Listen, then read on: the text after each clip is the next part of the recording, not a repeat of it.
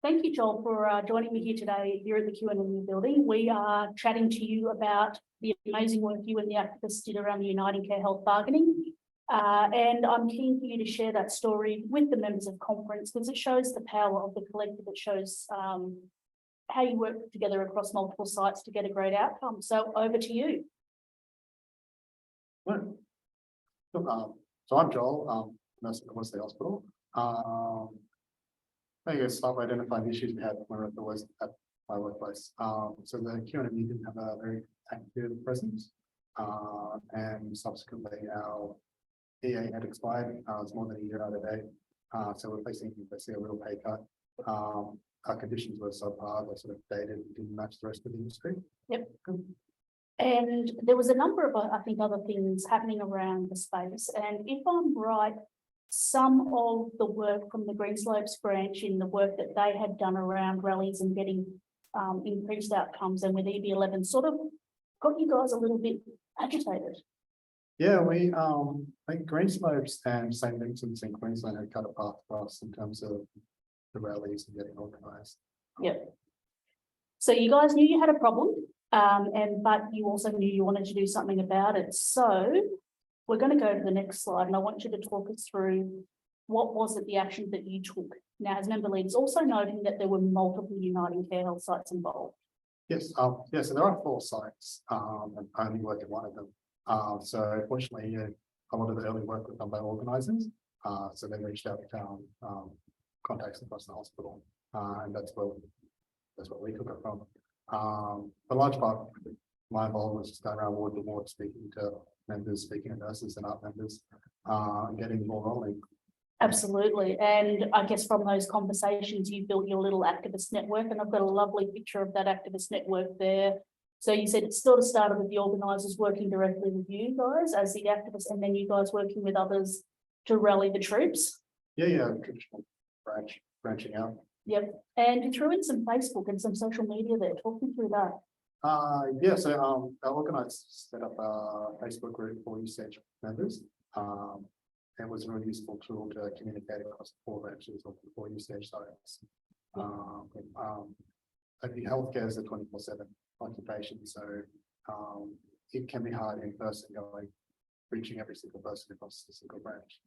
So social media was a useful tool. Absolutely.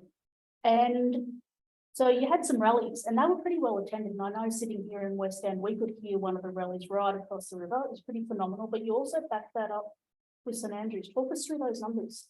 The estimate we have for the rally across the river at Wesley was 100 members over the course of an hour. That was a nice one. We timed it so that it was lined up a school pickup on Curry Drive, so there's a lot of vehicular traffic. Yep. A large audience. Yep. Yeah, we got a. What was the outcome? So we had the rallies, and from those rallies, what were you trying to achieve at the rallies? At that point in the bargaining with UCH, we were not being shown very much respect. So we had roughly 20 items on our claims, and they failed to meet a single item.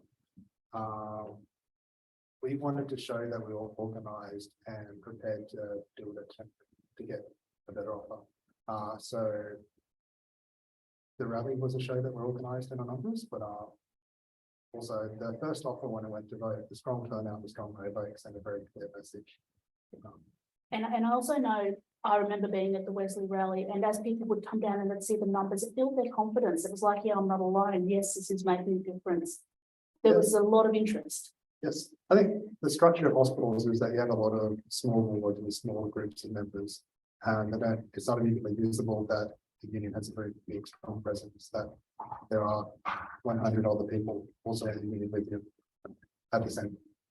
Absolutely. And not only that, but not just the Wesley site, but also the St. Andrews. And we also had there was Budger and the Sunshine Coast. Sunshine Coast, yeah. So, and that action right across the groups. So you got a really good turnout. You showed some power, you showed a physical presence of power, but you also showed power to the other members that being part of something could make a difference, because you had a massive voter turnout and a new offer put to ballot that pretty much got you most of your logger claims, plus some improvement even on what Queensland Health people got.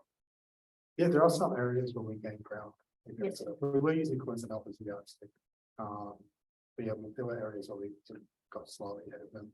Yeah, and that's really important, I think, for the private sector too. Whilst Queensland Health may be a yardstick, the idea that if Queensland Health has better staff will leave the private sector to go to the public is quite a problem. So Joel, noting that you had a great outcome, you improved the members' confidence in being part of a process, you improved their capacity in their knowledge around their EA and how to fight for a win, and you got a good outcome, not just for your own workplace, but for multiple workplaces within Uniting Care. So knowing what you've been through, what help did the Q&U give you as activists throughout this process? I can probably put the support I got from the community into two categories. So there's the industrial relations sort of knowledge and experience, things like showing us the path forward. When you said please to negotiate with us, I would have no idea that we were going to do a majority support determination. Things like they took our industrial officer took the lead in the negotiating meetings. And made us aware of what our rights were throughout the bargaining process. So that I was actually allowed to go to the board towards speaking members coming my days off. So it gave you a lot of mentoring around your industrial rights. It gave you the confidence to be able to do what you did, essentially. And then there's the organising side of things as well. So we were the Q&U is an organising union, so I noticed you didn't fall off your chair there. Hallelujah. Setting up that Facebook page we mentioned earlier, like the logistics behind the rally, so council permits, signs, flags, even food and drink. So we're really a tool for you, a resource for you rather than doing for you. That's what I like about the community. So. On cue, are loving it. Now, what would be the big advice you give others who are about to undertake this? Like, what's your learnings? But the message I want to get across today is that I really enjoy being an active member. I found it fun and I found it rewarding. So I really want to encourage other members of the community to take that first step and become active. Absolutely, and knowing that you can be part of making a difference and a real difference. Now, what's the biggest change you've experienced? I can think of two things. So with the new EA, we've seen basically a pay increase, which is a big one for members. We've got the new conditions. With time, I expect to see our workloads improve under the new workload clause.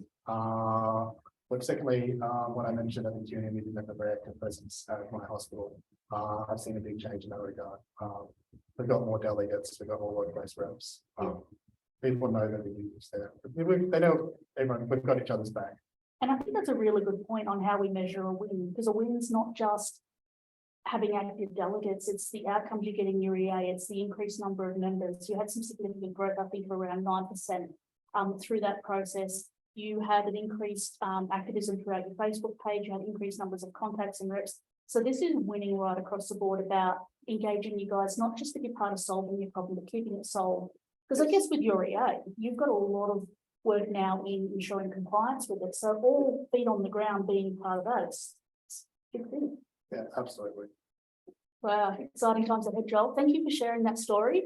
I hope that others, as part of the learnings here, can take some hope from that and realise that being part of making a difference and standing up and getting empowered and engaged does make a difference. Thank you. Thank you.